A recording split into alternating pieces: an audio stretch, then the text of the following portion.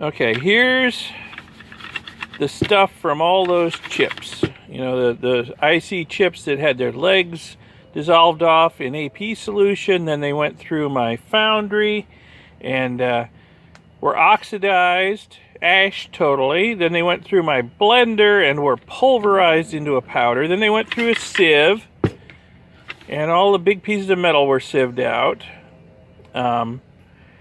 Then all of the light ashy stuff was washed away, and we're left with this. And it's been a couple of days, so as you can see, it's dried out. It was wet. So the next step is to use a magnet to get as much of the iron out of this as possible. Iron, steel, maybe there's some nickel in there. Nickel's a little magnetic. Because I just need to get as much of the base metal out of here as I can.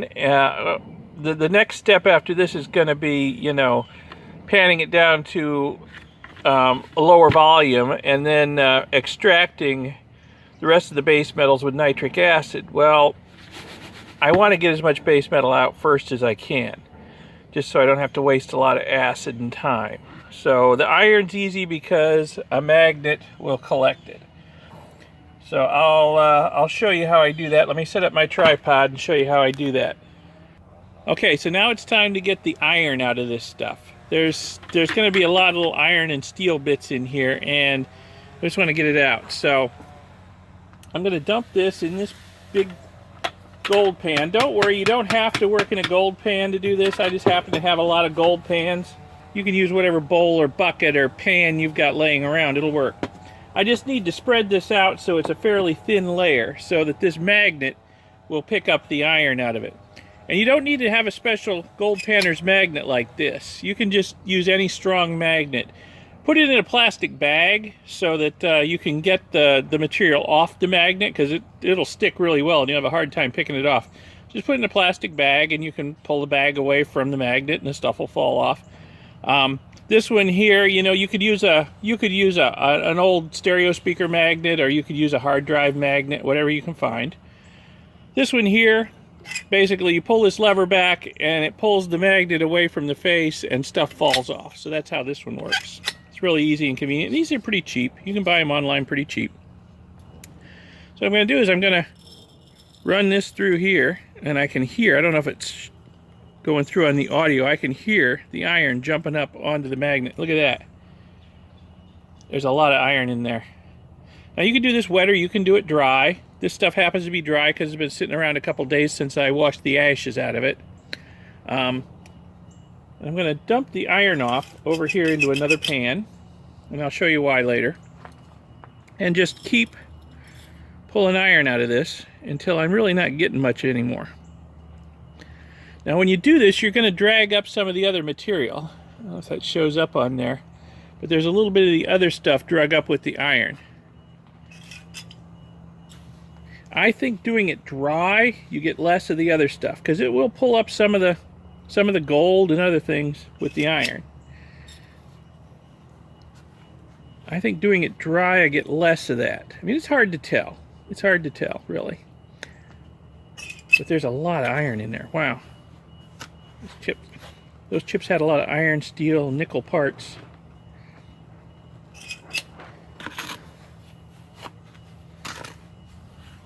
And I'm just going to try and get as much of this out of here as I can. I won't make you watch the whole process. This can take a little while. Okay, I think I'm starting to reach the point of diminishing returns here. Not really getting much more out. You'll never get all of it out, and it's not really a tragedy if you leave a little bit in. It's just, you know, the more of it you get out, the less of it you have to dissolve with acid.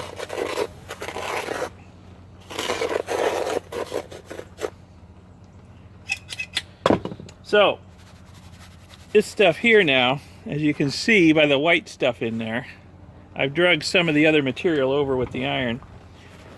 What I'm going to do is try and pull up as much of the iron as I can and leave the other stuff behind.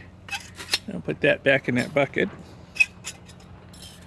Just wave the magnet over it and let the iron jump up, and that way it doesn't drag as much stuff up with it.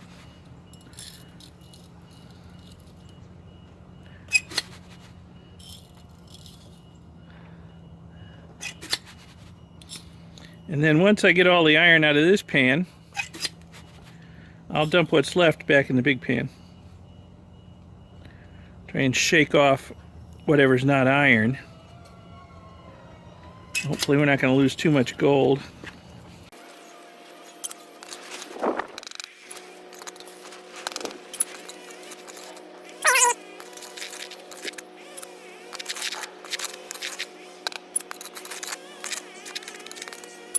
Alright, that's probably about good enough. Like I said, you'll never get it all. Just want to get the bulk of it. Leave the gold behind. Now, I got a lot of iron out of there, but there's still too much material here. I want to put this stuff in a beaker like this, 2-liter beaker, and treat it with acid to dissolve away the rest of the metal in there. There's a lot of copper in there. There's still going to be some iron.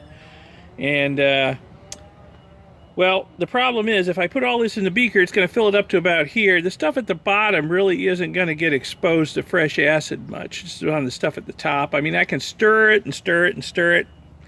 Too much trouble. What I'm going to do is I'm going to reduce the volume because the gold that's in here is just a very tiny percentage of this. The metal that's left in here is a very tiny percentage of this. Most of this stuff is just pulverized silicon dye. So it's lighter than the metal, and it will pan off fairly easily and leave the metal behind if you know what you're doing. So I'm going to get set up to pan, and I'll show you this process. All right, time to pan down this material a little bit. I filled my tub with water, clear, clean water. I'm going to put a little bit of jet dry in it, not much, just a few drops. And that will break the surface tension of the water. Fine gold can float. If it has a little bit of film of oil on it, or just under the right conditions, gold can float. And so a lot of the bond wires are really, really fine. So they can float away on you if you're not careful. But the jet dry breaks the surface tension of the water, and the gold won't float. All gold panners know and sluicers know about good jet dry. So, like I said, don't panic. You don't need to own a lot of gold pans like I have here for this process, but it helps. But you can use just about any other container. You need one gold pan. All right, this is my favorite gold pan for panning concentrates. And what we have here basically is a concentrate. 90% of the material's already been washed away or removed with a magnet, and what's left is concentrated remains, concentrated in gold. So I'm going to pan this down to make sort of a super concentrate out of it before it goes in the beaker, so there's a lot less volume here and everything will have better exposure to the acid. And I get a lot of grief in my videos on panning chip remains, and people tell me, oh, you're losing too much gold, you're doing it wrong. These people who are telling me this, I think, don't know how to pan. Because you can gold pan and not lose any gold. I mean, this is an old technology. This goes back probably thousands of years. People have been extracting gold from rivers and streams this way. Nobody throws away gold. So there's ways around it. And I'll show you here how I do it. We're going to do this, and if we lose 4 or 5% of the gold, I will be very, very surprised. I think we're going to get close to 100% of the gold. So I'm going to take this gold pan here, and I'm going to put it in the water and sink it in the water. This is what's called a safety pan. Everything I pan is going to wind up in the safety pan, so I'm not going to lose any of it. Of course, it's going to be in this bin too, so I'm not going to lose it. This stuff isn't going anywhere. And I can pan it and repan it until I'm sure I've got all of the gold out of it that I can get, and I haven't lost more than a tiny fraction of it. And I've got a fair amount of material here, and one mistake a lot of people make is trying to pan too much at a time. Now I'm just going to put maybe a quarter of it at the most in my pan here, and I'm going to pan that down and make it, like I said, a super concentrate out of it. So let me get everything good and wet. It has to be good and wet. This has to be very, very wet. A good slurry. You have to make a good slurry out of it.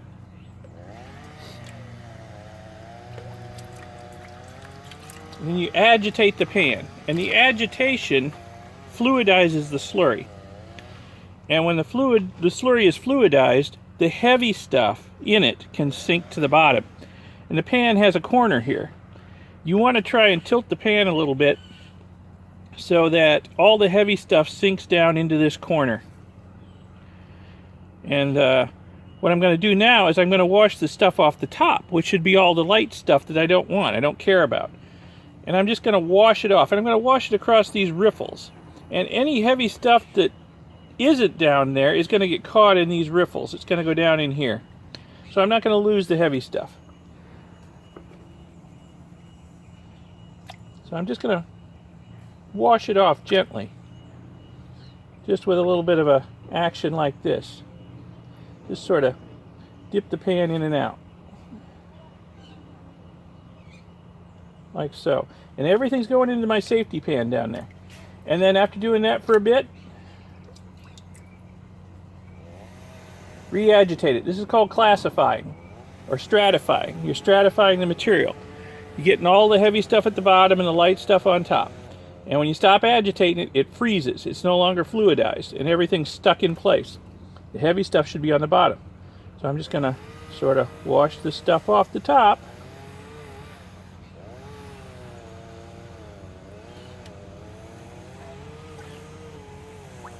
And, do this a few more times. Now, you don't even need a pan with riffles. It's a good beginner's practice to use a pan with riffles because it will catch more stuff if your technique is not all that good yet. Just see how gently I'm washing the stuff off. I'm not even getting down anywhere near the stuff at the bottom in that corner. I'm just washing the stuff off the top of it. And then after I do that for a while, re-stratify it. Make sure that heavy stuff stays in the bottom. And then just wash the stuff off the top.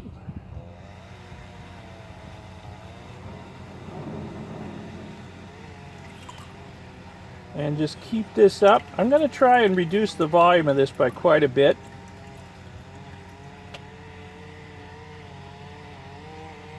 But if I start seeing little bits of copper wire showing up, I'm going to stop. The copper wire bits that are in here are fairly large and fairly easy to see. The gold bond wires are very small and hard to see. Now, gold is denser than copper. But the copper bits are larger. So they're going to behave fairly similar in the pan. Gold is denser, but the copper is larger, so it's going to be as heavier than the gold. So if I start seeing the copper, I'm going to stop. Because if I start losing copper, I'm probably going to start losing gold too.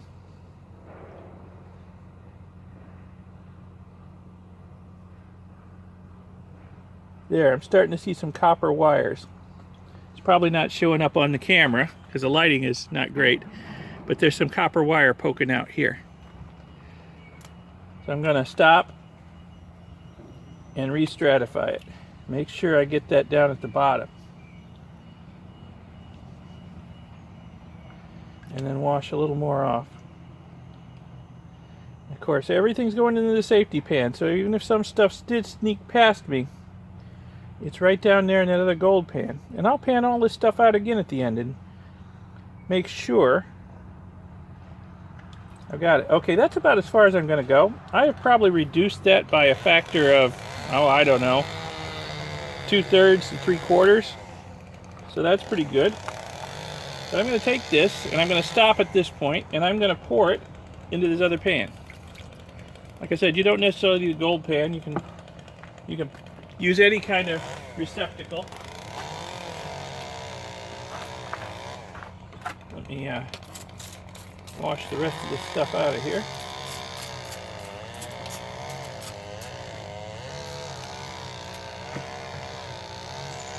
Alright. And then I'm going to put maybe another 1/4 of this stuff in and pan it down again.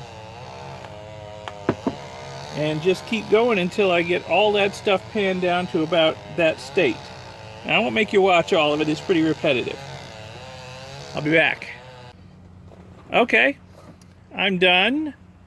I have panned the contents of this great big pan down to what's the bottom of this smaller pan.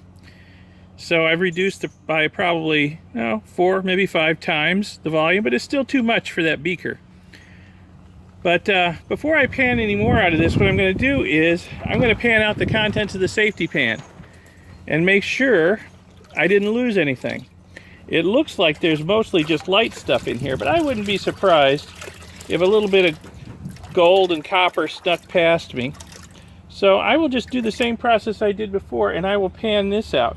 But I'm going to put another safety pan in here, just in case.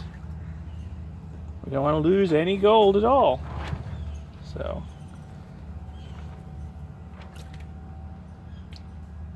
same process as before. I'm using the smaller riffles now, and I'm going a little quicker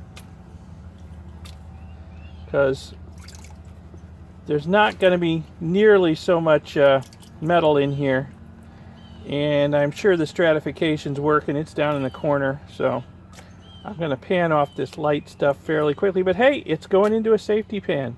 I can always repan it again and again and again until I reach the point of diminishing returns, you know, and there's nothing in there that's worth going after.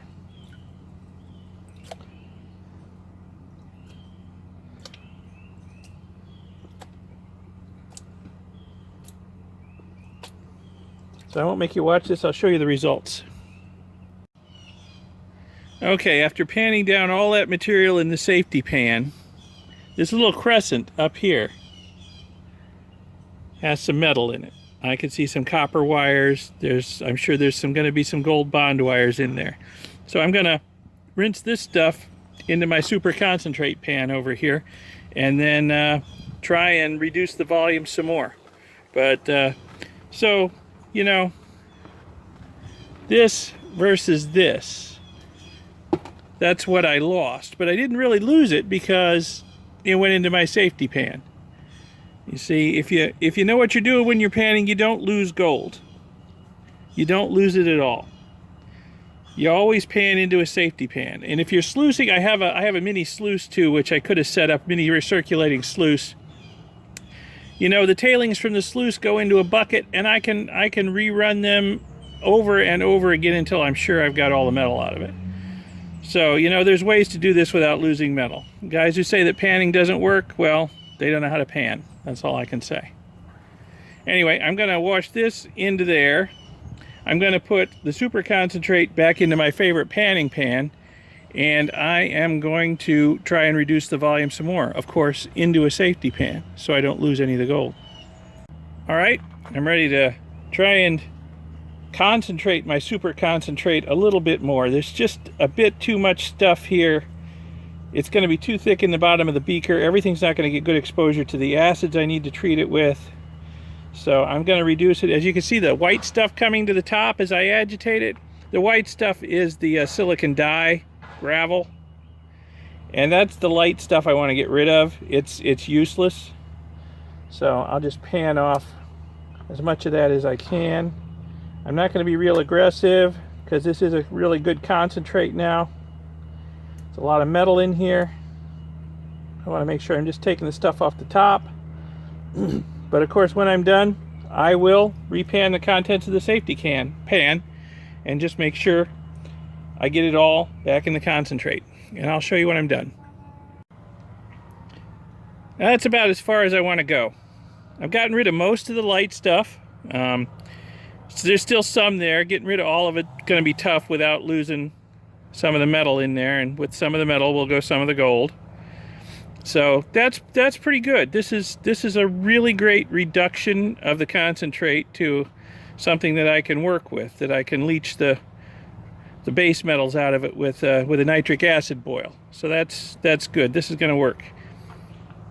Now what I'm going to do next is I'm going to pan out the contents of my safety pan and